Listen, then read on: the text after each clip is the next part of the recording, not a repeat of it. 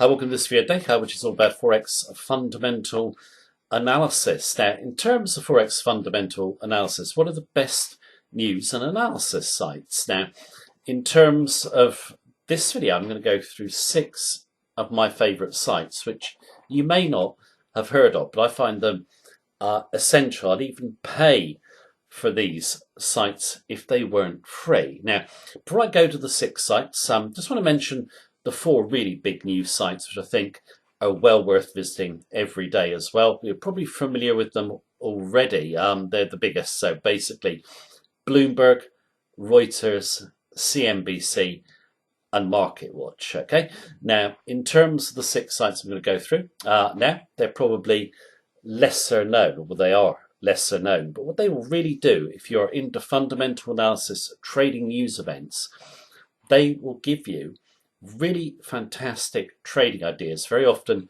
contrary to the majority, and really help you make an informed judgment on the fundamentals. So what we're going to do is we're going to go through the sites, and the first one we're going to look at is a site called the Market.com. Right, first of the sites that we're going to look at, and regular viewers will know how highly I rate this site. It's a live news site with a lot of analysis from whoever runs it, who I don't know who runs it, but whoever does knows their stuff. Now, they don't just cover Forex, they cover all financial markets. We get 10 to 30 posts a day. Really good insight from whoever runs it. And I did try and thank him, for having such a great, and it's a free news feed. I'd actually pay for this one. But there's no contact. But whoever runs it, a top quality site. I'd recommend anyone go and look at it. Obviously, you can see me scrolling down. It's not all about Forex. You've got bonds covered, stocks covered, commodities covered as well. I think as Forex traders, if we want we want the big picture. So you get a lot of Forex info, and you can use it for intermarket analysis as well. So I really rate this site and find it really useful. It gives me a few good ideas each week in terms of trading opportunities. Just superb.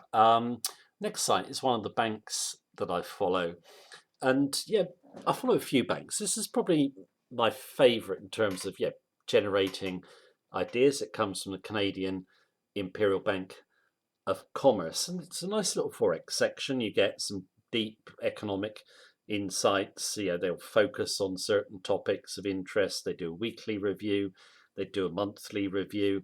They are economists, so you've got to keep that in mind. They're not traders, but I found them particularly useful in terms of when I'm trading the Canadian dollar. They really do great stuff in terms of the Canadian dollar. In terms of the other currencies they cover, some of the info I find useful, some info I pass by.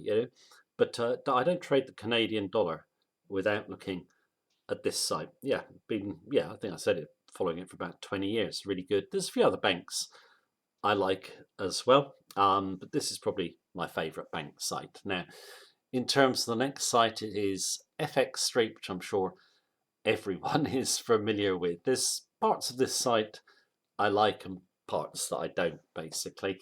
I do like the news section, latest news and institutional research, and I think, in terms of the institutional research, they pump out a lot of information, okay? And you can actually find, when you read through the banks that they cover, or the banks who post, you get a feeling for the ones that you really like, who think offer the really good analysis that suit your trading style, etc. For me, actually, the bank is here. It's Rabobank. I really like Rabobank, and I particularly like a lady called Jane Foley. I think she gives really good insight. I like the economic calendar here as well.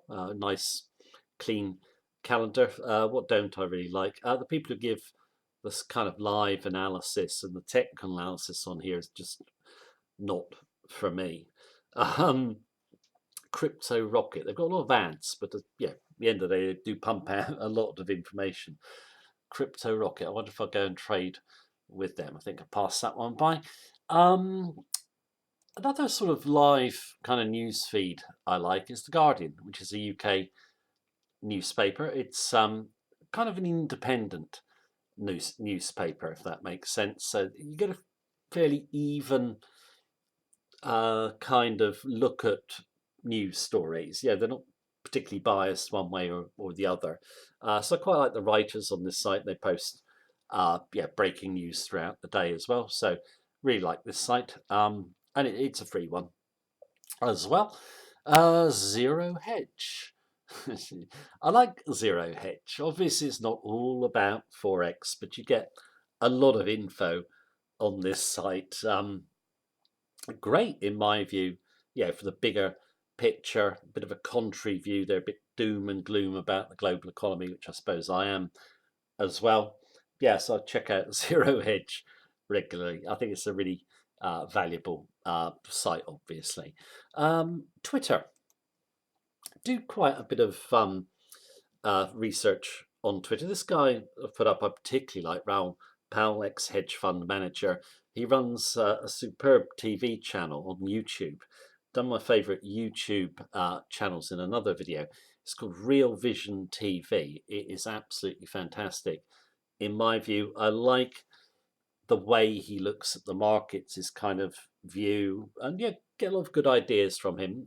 There's quite a few people on Twitter I follow. I mean, I suppose it's a question of finding your favourites. I like Anton Creel. I always think he's good value. He knows his stuff and he's very entertaining as well. Chigo, in terms of crude oil, which I like to trade. I always look at what she's saying. A good few people on Twitter are worth following. I think Raoul Powell will be my kind of favourite. Okay. Next site is the only paid for site I've got, and it isn't very much. You can subscribe. There you go, down the bottom, 12 weeks for £12.